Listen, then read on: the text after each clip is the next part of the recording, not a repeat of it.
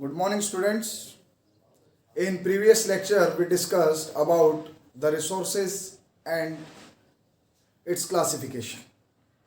The next topic of your chapter, resources and development, that is development of resources. Development of resources. पिछले lecture में हमने पढ़ा कि संसाधन क्या होते हैं, संसाधन कितने प्रकार के होते हैं और संसाधनों का वर्गीकरण किस तरीके से किया जाता है. And we also learn that resources are vital for the survival of human being because human beings satisfy their needs due to the presence of resources. अब डेवलपमेंट ऑफ रिसोर्सेज में हम क्या पढ़ेंगे कि जो जो हमने रिसोर्सेज क्या किए हैं, डेवलप किए हैं, जिसके कारण से काफ़ी कुछ जो प्रॉब्लम्स हैं वो क्या हुई हैं, क्रिएट हुई हैं. So resources are vital for the human survival as well as for the maintaining of life. It was believed that resources are the free gift of nature. That's the reason human being उसको क्या कर रहा है, तेजी से क्या कर रहा है, यूज कर रहा है, जिसके कारण से बहुत सी प्रॉब्लम्स क्या हो रही, क्रिएट हो रही है. जो फर्स्ट प्रॉब्लम है वो है depletion of resources. Depletion of resources, संसाधनों का लगातार क्या हो रहा है, क्षरण हो रहा है, ह्रास हो रहा है, क्योंकि लगातार ह्यूमन बीइंग अपनी लालच को पूरा करने के लिए क्या कर रहे हैं, जो रिसोर्सेज हैं उनका क्या कर रहे हैं, यूटिलाइजेशन कर रहे हैं, ज़्यादा यूज कर रहे हैं. सेकेंड जो प्रॉब्लम है वो है accumulation of resources. Accumulation of resources in the few hands. Few hands. अब रिसोर्सेज का जो बंटवारा है वो कुछ हाथों में ज्यादा हो गया, वो कुछ में कम, जिसके कारण से जो आपका सोसाइटी है वो डिवाइड्स हो गया है haves and haves not. Haves आपके कौन हो गए, जो रिसोर्सफुल है, रिच पर्सन, और दूसरा आपका कौन सा है, पुअर, जो रिसोर्सलेस है. तो फर्स्ट आपका क्या हुआ, depletion of resources due to the greed of few individuals. It was the first result of the development of resource. Second is related to accumulation of resources in the few hands and the society divides into two parts. Haves which are resourceful, it means the rich people, and second is haves not which means poor. Next आपका जो problem है, due to over use of these resources several problems arises like the global warming. सबसे पहला problem क्या होगा आपका, global warming. Increase CO2, carbon dioxide का जो अमाउंट है वो एटमॉस्फेयर के अंदर क्या हो गया है, बढ़ गया है, जिसके कारण से जो पृथ्वी का तापमान है वो लगातार क्या हो रहा है, बढ़ रहा है. सेकेंड हो जाएगा depletion of ozone layer. You know ozone layer is very important for the existence of human survival because it absorbs the harmful ultraviolet rays coming from the sun, and if those ultraviolet rays come on the earth it can cause skin cancer. तो ozone layer का जो depletion है उसके लिए जो आपका कौन सा गैस है, CFC, क्लोरोफ्लोरोकार्बन, जो आपके AC और रेफ्रिजरेटर से क्या हो रही है, रिलीज हो रही है. एनवायरमेंटल पोल्यूशन है, चाहे वो आपका एयर पोल्यूशन है, वाटर पोल्यूशन है, ये डिफरेंट काइंड्स के जो पोल्यूशन है ये क्या हो रहे हैं, due to the over use of resources और द डेवलपमेंट ऑफ रिसोर्सेज. अब ये सारे जो प्रॉब्लम्स हैं ये क्या हो गए, क्रिएट हो गए, किसके कारण से, डेवलपमेंट ऑफ रिसोर्सेज के कारण से. दैट्स द रीजन कि 1992 के अंदर, इन 1992 the first international earth summit took place. पहला जो इंटरनेशनल अर्थ समिट हुआ था वो कब हुआ था, 1992. हमने पढ़ा कि डेवलपमेंट ऑफ रिसोर्सेज के कारण काफ़ी समस्याएं क्या हुई, पैदा हुई, जिसके कारण से डिफरेंट जो कंट्रीज थे वो आपके गेट टुगेदर हुए. कहाँ पर हुए, Rio de Janeiro at Brazil. तो फर्स्ट इंटरनेशनल अर्थ समिट, जो पहला आपका इंटरनेशनल अर्थ समिट था वो कब हुआ, 1992. कहाँ पर हुआ, रियो डी जेनेरो, और ये आपका कहाँ पर है, ब्राजील के अंदर है. कहाँ पर है, ब्राजील. मोर देन 100 नेशंस, 100 से भी ज्यादा देश जो थे वो गेट टुगेदर हुए. What were the problems at that time? Why the first international Earth Summit took place? Because of several global problems. काफी global problems होती क्या है?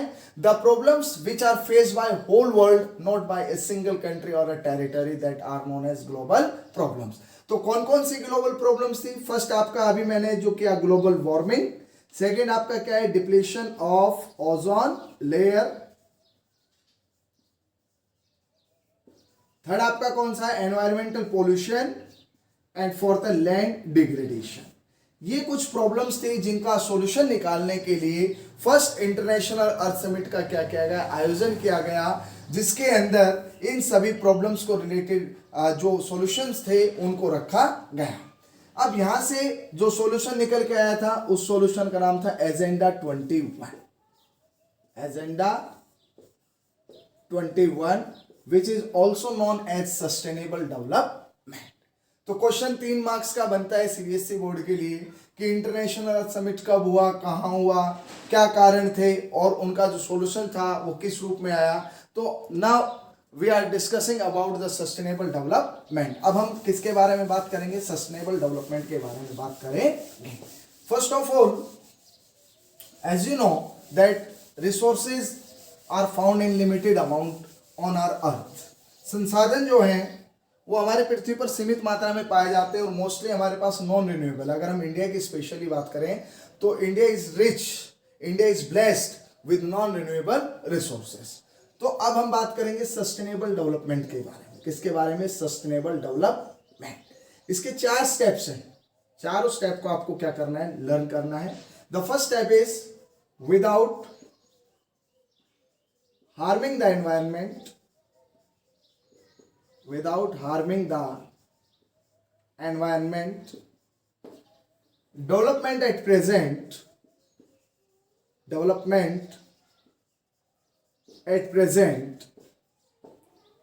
third step है without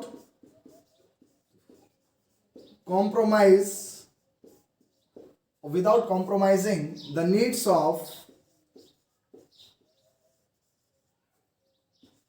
future generation and judicious use of resources,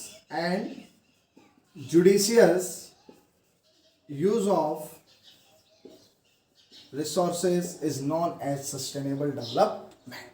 सतत पोषणीय विकास क्या है? In this type of development without harming the environment, it means that we do not damage the environment. Development at present without compromising the needs of future generation. It means we have to take care the needs of future generation and judicious use of resources, that is known as sustainable development. And this sustainable development is related with agenda 21. agenda 21 ही आपका क्या है? Sustainable development है, जिसमें साफ तौर पे कहा गया है कि हमें संसाधनों का क्या करना है? न्यायपूर्ण प्रयोग करना है, ताकि हम उनको फ्यूचर के आने वाली जो जनरेशन है उनके लिए क्या कर सके, बचा सके। इसको हम क्या कहते हैं? Sustainable development. ये चारों स्टेप आपको क्या करने हैं? अच्छे से लर्न करने हैं। स्टडी आपको तरीके से करनी पड़ेगी, तभी आप क्या कर सकते हैं? जो सक्सेस है उसको अचीव कर सकते हैं। नेक्स्ट आपका जो टॉपिक है एनसीईआरटी से, वो है आपका रिसोर्स प्लानिंग। क्या है? Resource planning. It is very important part. Planning is the important part of human life. तो रिसोर्स प्लानिंग क्या है? रिसोर्स प्लानिंग सिंपल वे में हम कह सकते हैं, how can we use our resources in judicious way, that is known as resource planning. इसको हम क्या कह सकते हैं? रिसोर्स प्लानिंग कह सकते हैं। तो प्लानिंग इज नीडेड।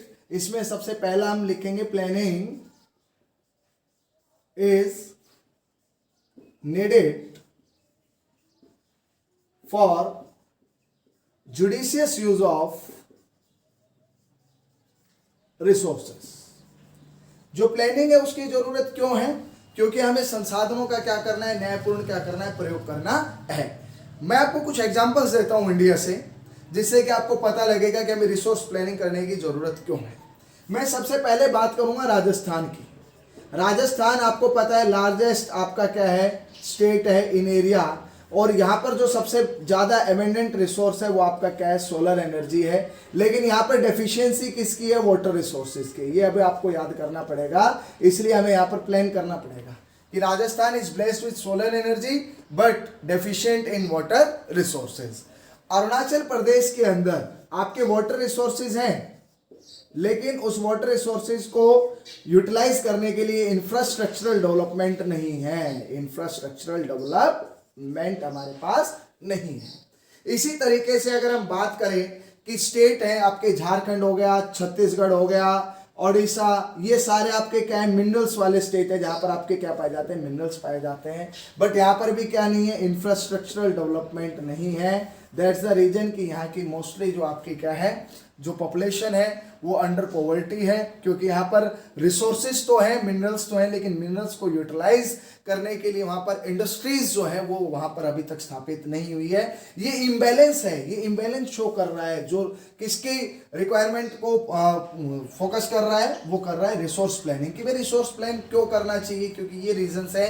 कुछ रीजन हमारे ऐसे हैं जहाँ पर काफ़ी अच्छे रिसोर्सेज हैं, लेकिन वहाँ पर दूसरे टाइप के रिसोर्सेज नहीं है। जैसे आपका नॉर्दर्न प्लेन्स है, यहाँ पर जो सबसे इंपॉर्टेंट रिसोर्स है वो आपकी क्या है, सॉइल है, जो एलुवियल सॉइल जो नॉर्दर्न प्लेन्स फॉर्म है।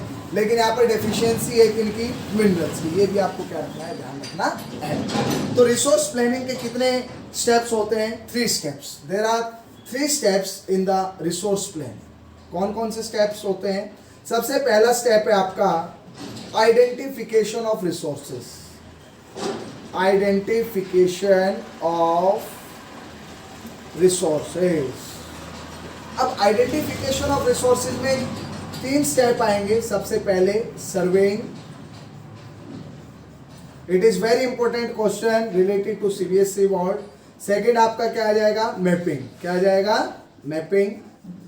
और थर्ड इसके अंदर जो स्टेप है वो है qualitative and quantitative estimation of resources। देखो प्लानिंग जो है ना वो ह्यूमन बीइंग की लाइफ का सबसे इंपॉर्टेंट पार्ट है। हम कोई भी काम करते हैं सबसे पहले प्लानिंग करते हैं। इवन आप स्कूल जाते वक्त भी प्लान करते हैं कि कौन सी बुक लेके जानी, कौन सी नोटबुक लेके जानी, कौन सी निकाल के जानी। प्लानिंग होती है कि फर्स्ट पीरियड में वो टीचर आएगा, सेकंड में वो आएगा, उस तरीके से वो काम है वो हमें काम करके लेके जाना है। मैरिज में जाते हैं तो हम अपना जो यूनिफॉर्म स्टाइल है, ड्रेसिंग सेंस है, उसको क्या करते हैं, प्लान करते हैं कि मुझे क्या करना है क्या नहीं। तो इसी तरीके से रिसोर्स को भी क्या करना पड़ता है, प्लान करना पड़ता है। अभी मैंने आपके सामने कुछ एग्जांपल्स लिखे थे। और जो फर्स्ट स्टेप है रिसोर्स प्लानिंग का वो है आइडेंटिफिकेशन ऑफ रिसोर्सेज। ये मान लीजिए कोई आपका क्या है, एक एरिया है। इस गिवन एरिया के अंदर आपने सर्वे किया कि आपका इस पार्ट के अंदर आपके क्या है, रिसोर्सेज हैं, ठीक है। अब ये पार्ट तो आपका आपने पहले पूरे एरिया का क्या किया, सर्वे किया। उसके बाद आपने मैपिंग किया, सर्वेइंग मैपिंग कि इस एरिया के अंदर आपके क्या है, रिसोर्सेज हैं। इसके बाद आप चेक करेंगे क्वांटिटी और क्वालिटी, क्योंकि इकोनॉमिक फिजिबिलिटी के अंदर आपका क्वांटिटी कितना है और उसका क्वालिटी, कौन से क्वालिटी के रिसोर्स हैं। कोयला अगर एंथ्रासाइट मिलता है तो बेस्ट क्वालिटी का है, पीट का है तो सबसे लोएस्ट क्वालिटी का है। तो ये देखना पड़ेगा कि कौन सा रिसोर्सेज कितनी क्वालिटी और कितनी क्वांटिटी के अंदर है। तो ये फर्स्ट स्टेप के अंदर आता है आइडेंटिफिकेशन ऑफ रिसोर्सेज। सेकंड आता है, जो सेकंड स्टेप है वो आपका क्या आएगा, वो है एवॉल्विंग ए, सेकंड स्टेप एवॉल्विंग ए। इसके अंदर टेक्नोलॉजी का सबसे बड़ा रोल रहेगा। किसका रोल रहेगा, technology. Evolving a planning structure, evolving a planning structure, evolving a planning structure with technology,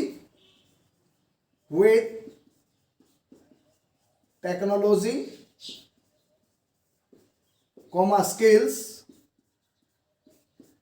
technology, skills and institutional setup, and institutional setup। जो सेकंड स्टेप है, हमें पता लग गया इस एरिया में रिसोर्स है, लेकिन वो टेक्नोलॉजी को हमने क्या करना पड़ेगा, डेवलप करना पड़ेगा ताकि हम इस रिसोर्स को क्या करें, एक्सट्रैक्ट कर सकें। थर्ड स्टेप के अंदर सिंपल है, जो आपके पास अवेलेबल रिसोर्सेज हैं उनको मैच कर देना है overall developmental plan of a country. So these are the three important steps of resource planning. Resource planning क्या होती है? Planning is needed for the judicious use of resources. Resource planning, it is an art on which we are using our resources in judicious way. There are three steps in resource planning. First step, identification of resources. In the first step, surveying, mapping, quantitative and qualitative estimation of the resources. In second step, evolving a planning structure with technology, skill and institutional setup. And third, available resources को हमें match कर देना है किसके साथ? Overall developmental plan for a country. ये सारा आपका क्या है? Resource planning. ये 5 नंबर का क्वेश्चन बार बार आपके किसके अंदर आता है? ये आपके सीबीएसई बोर्ड के अंदर पूछा जाता है. तो आपको रिसोर्स प्लानिंग को बड़े अच्छे से क्या करना है? लर्न करना है. नेक्स्ट आपका जो टॉपिक आता है इस चैप्टर का, वो है आपका कंजर्वेशन ऑफ रिसोर्सेस. क्या है? कंजर्वेशन. कंजर्वेशन का मतलब होता है कि हमें सुरक्षित रखना है अपने संसाधनों को. तो जब हम बात करते हैं कंजर्वेशन ऑफ रिसोर्सेस की, नेक्स्ट टॉपिक हम लिख लेते हैं कंजर्वेशन ऑफ रिसोर्सेस. अब क्वेश्चंस उठते हैं कि why do we conserve our resources. भाई संसाधनों का सुरक्षा क्यों करना चाहिए? सिंपल सी बात है, because resources are found in limited amount.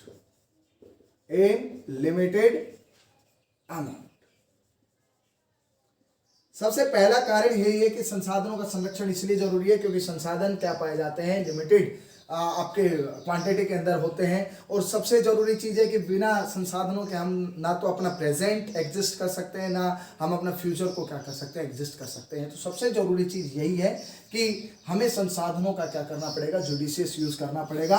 3 R's के ऊपर हमें सबसे ज्यादा क्या करना पड़ेगा? रिड्यूस, फोकस करना पड़ेगा. Reduce, reuse, recycle. इनके ऊपर हमें क्या करना पड़ेगा? फोकस करना पड़ेगा. सेकंड है कि हमें संसाधनों के संरक्षण क्यों करना चाहिए? Due to over use of resources. Due to over use of resources humans face several problems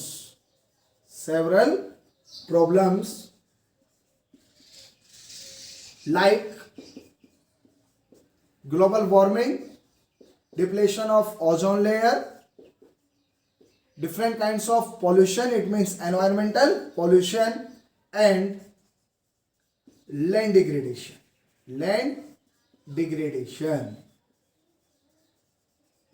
Mahatma Gandhi said that there are enough for everybody's need, not for everybody greed.